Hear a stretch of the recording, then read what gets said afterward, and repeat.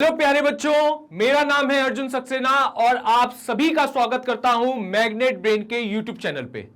यदि आप ये वीडियो देख रहे हो, इसका मतलब आप अपनी पढ़ाई के प्रति बहुत सीरियस हो। उसी सीरियसनेस के लिए हम लोग आज यहां पे बैठे हैं और आपको मैं एक ऐसी स्ट्रेटेजी दूंगा जिससे आप अपना ड्रीम अचीव कर पाओ। इट मींस आप एक बहुत अच्छे मार्क्स को अटेन कर पाओ। जैसा कि आप नाम जानते हैं, आज की स्ट्रेटजी का नाम क्या है? ब्रह्मास्त्र स्ट्रेटजी। आप बेटे समझिए, ब्रह्मास्त्र का मतलब क्या होता है? ऐसा शस्त्र जिसका कोई भी तोड़ नहीं है। लेकिन इस स्ट्रेटजी का तोड़ आप ला सकते हो यदि आपने मेरी बताई हुई चीजों को फॉलो नहीं करा। ऑलवेज रिमेंबर, स्ट्रेटजी आपको तभी लाभ देगी जब आप उस चीज को फॉलो करेंगे। If you are not following any plan, you will not getting any kind of a success और any kind of a result. तो बेटे, जो भी मैं आज आपको चीज बताऊं, मन लगा के अपने को उस काम को करना है और रिजल्ट देना है अपने माता पिता को।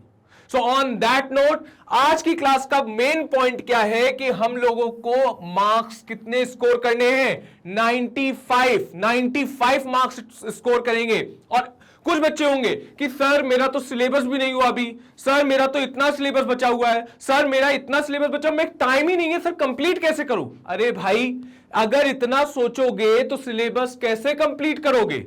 आप फोकस इसमें करो कि यदि आपका सिलेबस इतना छूटा हुआ है तो मैं इतना छूटे हुए सिलेबस को टुकड़ों में बांटूं, डिवाइड करूं और उसको इस पर्टिकुलर टाइम इंटरवल में करने की कोशिश तो करूं, प्रयत्न तो करूं। यदि आपका यह माइंडसेट होने लगा तो इतना बड़ा पहाड़ आपको इतना छोटा लगने लगेगा।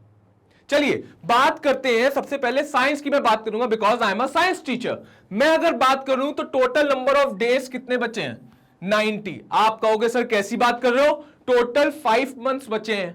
5 मंथ का मतलब कितने डेज हो गए? 150 डेज। और आप कह रहे 90। बेटे गिनो जरा, अक्टूबर, नवंबर, दिसंबर, जनवरी, फरवरी। कौन कौन बच्चा जनवरी और फरवरी को काउंट कर रहा है? भाई मेरे, जनवरी और फरवरी तेरे को दिखाई नहीं देंगे। क्यों नहीं दिखाई देंगे?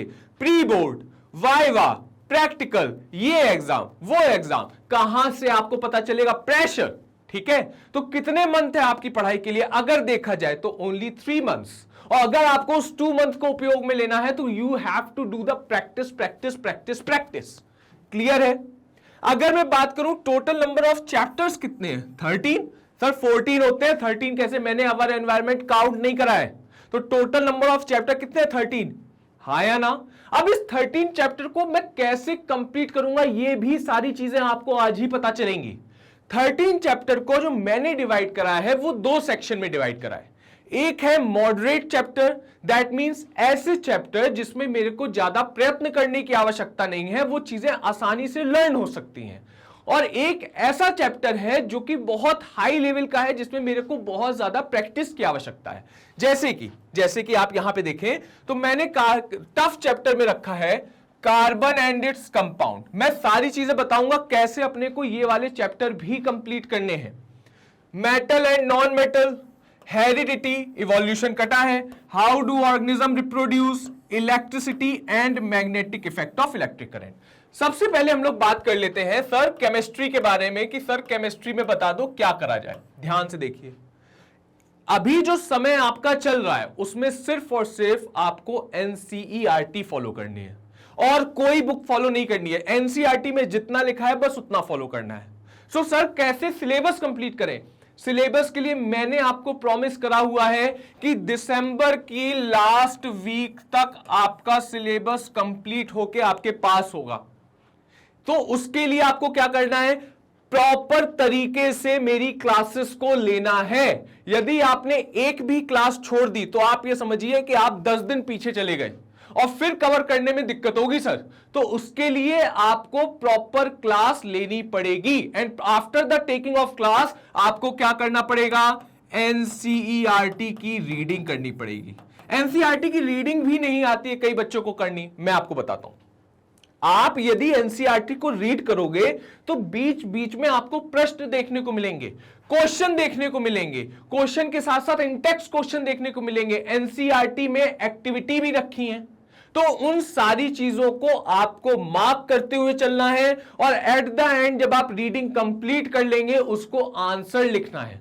तब आप देखेंगे कि आपका माइंड वो आंसर राइटिंग में वाकई में सक्षम है कि नहीं है। यदि नहीं है, इट मींस कहीं ना कहीं कॉन्सेप्ट की कमी है। क्लियर?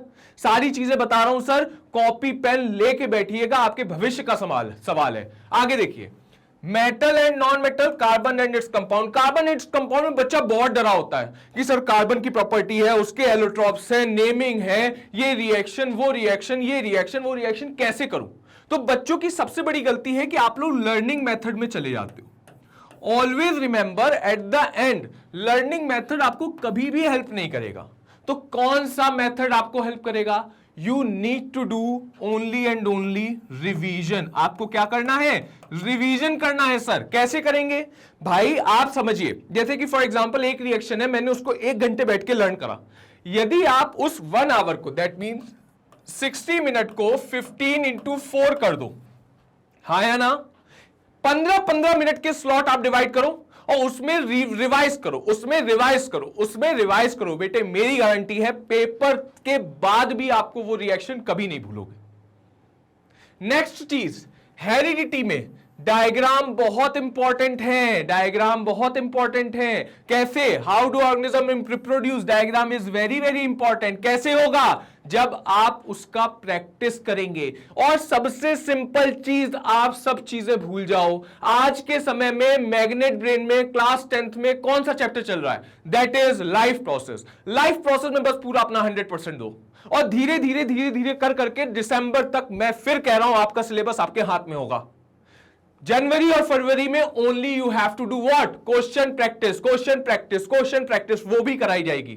लेकिन उसके लिए you need to consistent and stick only one plan. ऐसा नहीं कि आज यहां पे है, कल यहां पे, आज यहां पे है, कल यहां पे, कुछ हाथ नहीं आएगा बेटे, सिर्फ और सिर्फ टाइम वेस्ट होगा। नेक्स्ट हम लोग बात करते हैं, समझ में आया कैसे कंप्लीट करना है? जो मैं वीडियो दूं वो करना है, एनसीईआरटी रीड करनी है। आफ्टर रीडिंग द एनसीईआरटी जो सारे क्वेश्चन होते हैं, क्वेश्चन पैटर्न भी मैं बता दे रहा हूं। पहले अपना होगा एनसीईआरटी, फिर होगा most important and most neglected book, that is NCERT exemplar.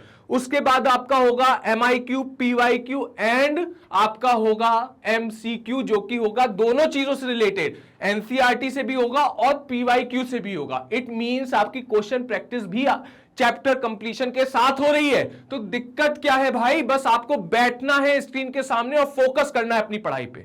Next चीज, अब हम लोग बात करते हैं मॉडरेट चैप्टर। मॉडरेट चैप्टर का मतलब है इसमें अपने को ज्यादा टेंशन लेने की आवश्यकता नहीं है। लेकिन क्या ये इंपॉर्टेंट नहीं है? बहुत इंपॉर्टेंट है, ठीक है। लेकिन इनके कॉन्सेप्ट आपको बहुत जल्दी आ जाएंगे, बहुत आसानी से आ जाएंगे। और जब ये चैप्टर होगा तो ये चैप्टर अपन फोकस करेंगे, जल्दी से जल्दी कंप्लीट करें और अपना काम होगा इनमें क्वेश्चन प्रैक्टिस करें। देखो मैंने आपको सारी चीजें बता दी, लेकिन मेरी गारंटी है कि आप तब भी फोकस नहीं करोगे। क्यों नहीं करोगे? उसका रीजन मैं आपको यहां पे देता हूं। क्या? कि सर सिलेबस कैसे कंप्लीट करें, मैंने बता दिया। जो भी मैं चीजें बताऊं आप उसको बस करते जाओ, आपका सिलेबस कंप्लीट हो जाएगा सर। नेक्स्ट चीज, how to write the answer properly. आज के जनरेशन की सबसे बड़ी समस्या है कि वो देखते हैं, उनको लगता है आ गया बस रख दिया। मैं आपको बताता हूं, जब मेरे स्टूडेंट ये काम करते हैं ना, मैं उनको 10 क्वेश्चन दे देता हूं। 10 क्वेश्चन में से मैं गारंटी ले रहा हूं बच्चे कि वो लोग, और मेरे सामने की बात है, वो लोग 1 या 2 क्वेश्चन भी प्रॉपर तरीके से नहीं लिख पाते हैं, बिकॉज राइटिंग करने की आदत ही नहीं है। और राइटिंग करने के बाद एनालिसिस सबसे इंपॉर्टेंट है। आप लोग क्या करते हो? पेपर सॉल्व कर दिया, रख दिया।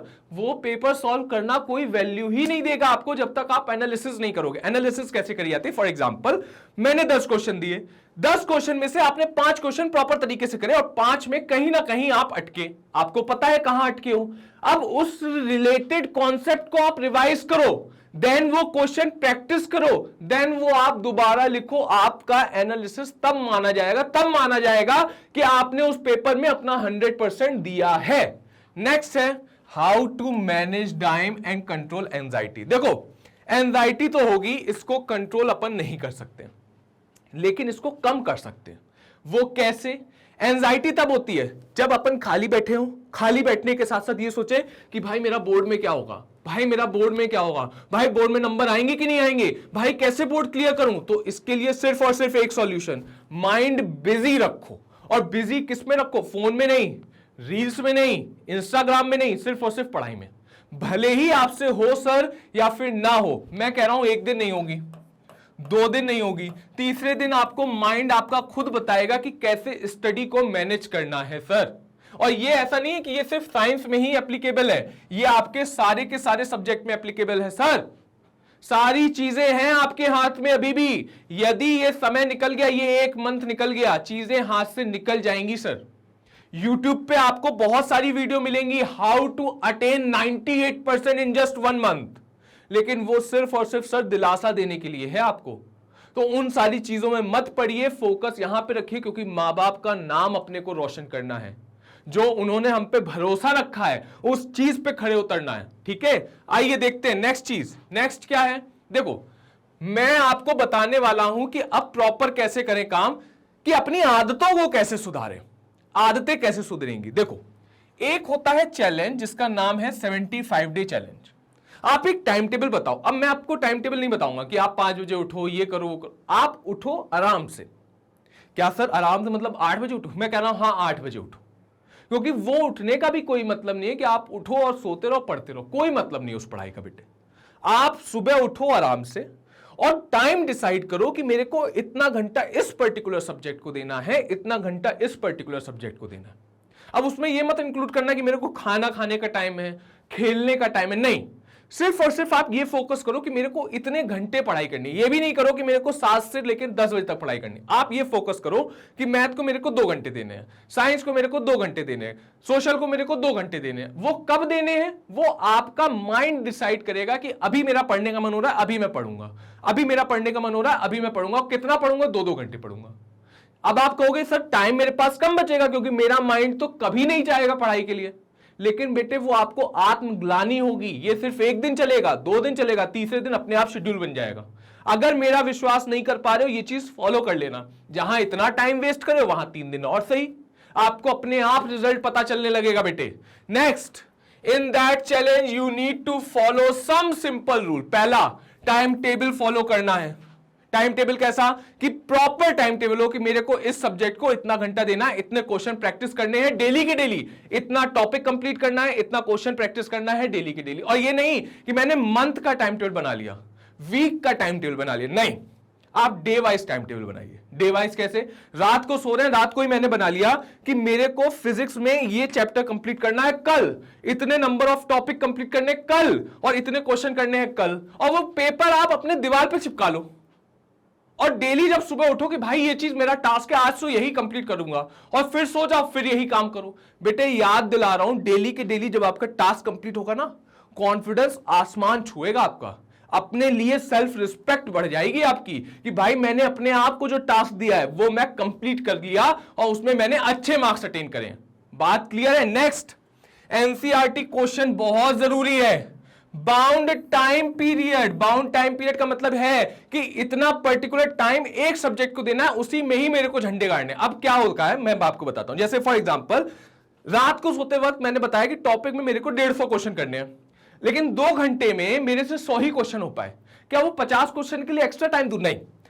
कॉपी किताब बंद करो, रख दो। 150 क्वेश्चन में से 100 हो गए, 50 छूट गए, कोई दिक्कत नहीं है, कोई दिक्कत नहीं है। लेकिन जो अभी का टाइम है ना, वो हम एक्स्ट्रा टाइम दे ही नहीं सकते, क्योंकि सारे सब्जेक्ट इंपॉर्टेंट है। तो उसी पर्टिकुलर टाइम पीरियड में हमको उतने नंबर ऑफ क्वेश्चन करने ही करने हैं। बात समझ में आ रहा है? कोई फैंसी चीज नहीं है बेटे कि अपना रिलेशन है, ये है वो, अपन झंडे गाड़ देंगे, ये कर देंगे, वो नहीं। जब तक आप अपने आप से ये प्रॉमिस नहीं करोगे कि मैं मेहनत करूंगा, कोई झंडे नहीं गाड़ेगा। क्योंकि नंबर आपको लाने हैं, परसेंटेज आपको लाने हैं, माता पिता आपके खुश होंगे, तो मेहनत भी आपको करनी है। मैं बस रास्ता दिखा सकता हूं, और उस रास्ते को फॉलो करने की ड्यूटी भी आपकी है। बात समझ में आ रही है? Then after completing the syllabus, completing the syllabus का मतलब जब पूरा सिलेबस कंप्लीट हो जाए तब मेरे को क्वेश्चन प्रैक्टिस पे जाना। कौन सी क्वेश्चन प्रैक्टिस? Sample paper. अभी कोई सैंपल पेपर नहीं उठाना है, सिर्फ और सिर्फ कॉन्फिडेंस डाउन होगा। दिसंबर के बाद मेरे पास बहुत सफिशिएंट टाइम है कि हम बहुत अच्छी प्रैक्टिस कर सकते हैं। तो उसके लिए आपको दिसंबर तक का वेट करना है। अभी सिर्फ और सिर्फ आपको क्वेश्चन प्रैक्टिस करनी है related to that particular topic. Topic wise question practice करनी है और कुछ नहीं करना है। नेक्स्ट सर, देखिए मैंने यहां पे एनसीईआरटी का एक कॉलम भी लगा रखा है। अब यहां पे देखेंगे आप, यहां पे क्वेश्चन देखने को मिलेंगे। What would be the distribution of electron in various shell of the carbon? बात समझ में आ रही है? अब आप समझो, अगर आपने कभी भी टॉपर की नोटबुक या फिर आंसर शीट देखी होगी, उसमें as it is NCERT line देखने को मिलती है, तभी वो लोग पूरे में से पूरे नंबर पाते हैं। क्यों? क्योंकि सीबीएसई डिमांड क्या करता है? Only and only NCERT. आप ये बना लीजिए 75 डेज चैलेंज। व्लॉगिंग स्टार्ट कर दिए, फोन का सदुपयोग करो। व्लॉगिंग एक ऐसा मेथड है जिसमें आप झूठ बोले ही नहीं सकते हो। आप झूठ दूसरों से बोल सकते हो, अपने आप से नहीं बोल सकते हो। फोन उठाओ, फोन में लिखो कि आज मेरे को ये काम करना है, ये काम करना है, ये काम करना है, ये काम करना है, और देन उसको अपलोड भी कर दो। बात समझ में आ रही है बेटे? बहुत अच्छा रिजल्ट मिलेगा। फोन का सदुपयोग करो, दुरुपयोग मत करो। नेक्स्ट, इसमें क्या है? After completing lecture what you need to do. अगर आपने लेक्चर, जैसे मान लो मेरा लेक्चर कंप्लीट कर लिया, उसके बाद आपको क्या करना है? लेक्चर कंप्लीट करने के बाद आपको कुछ नहीं करना, फोन बंद करके दूसरा सब्जेक्ट उठा लो। उसको, उस सब्जेक्ट को कंप्लीट करने के बाद जो भी मैंने आज पढ़ाया उसका 1 पेज नोट बनाइए। 1 पेज नोट में क्या, जितना भी मैंने पढ़ा दिया वो सारा का सारा आप लिख डालो। जो चीज भूलोगे वो दिमाग से स्लिप हो गई, लेक्चर दोबारा देखो, वो चीज दोबारा लिखो और दोबारा 1 पेज नोट बनाओ। देन उस पर्टिकुलर टॉपिक से रिलेटेड प्रैक्टिस करो। बात समझ में आ रही है? ये सारी चीजें मैं कराऊंगा, लेकिन आपको फॉलो तो करना होगा सर। अगर आप फॉलो नहीं करोगे बेटे तो कोई भी चीज आपको सक्सेस नहीं दिला सकती है। That is my humble request. क्योंकि मैं रिक्वेस्ट कर सकता हूं, लेकिन मैं आपको यह आश्वासन भी दे सकता हूं, जिन भी बच्चों ने मेरी बात मानी है वो नंबर लाए हैं और लाए हैं। लेकिन आपको फॉलो तो करना पड़ेगा। अगर सोना बनना है तो तपना तो पड़ेगा। मैं एक लाइन पढ़ता हूं, आप समझिए। 2 तरीके के बच्चे होते हैं। कितने तरीके के बच्चे होते हैं सर? 2 तरीके के। वो 2 तरीके के बच्चे कौन है? एक बच्चा वो होगा जो सपना देखेगा कि काश मेरे नंबर आ जाएं, और एक बच्चा वो होगा जो कि मेहनत करेगा उस सपने के लिए। तो देखो, चीजें दोनों के लिए पूरी होंगी, लेकिन क्या होगा आप सुनिए। सपना और लक्ष्य सुनने में तो एक जैसे लगते हैं। कैसे लगते हैं? क्योंकि दोनों हासिल करे जा सकते हैं। कैसे सर? दिखाओ, समझो। लेकिन इनमें बहुत थोड़ा सा अंतर है। क्या अंतर है वो ध्यान से सुनिएगा। सपनों के लिए बिना मेहनत की नींद लगती है, लेकिन लक्ष्य के लिए बिना नींद की मेहनत लगती है। मतलब क्या है? नींद वींद सब त्याग दो। ये नहीं कि मेरी बॉडी अफेक्ट होगी। भाई, बॉडी खुद ब खुद एक मशीन है। यदि आप थक जाओगे वो खुद ब खुद सोने की डिमांड करेगी, ठीक है? लेकिन अपने को अपनी बॉडी के कंट्रोल में नहीं आना, अपने मन के कंट्रोल में नहीं आना। अपने को सिर्फ एक ही फोकस करना है, पढ़ाई पढ़ाई पढ़ाई और पढ़ाई। क्लियर है? लेक्चर आपको पता है मेरे कितने बजे आते हैं? रात को 8 बजे। सो बी रेडी, लगे रहेंगे जब तक मार्क्स नहीं आएंगे। Bye bye.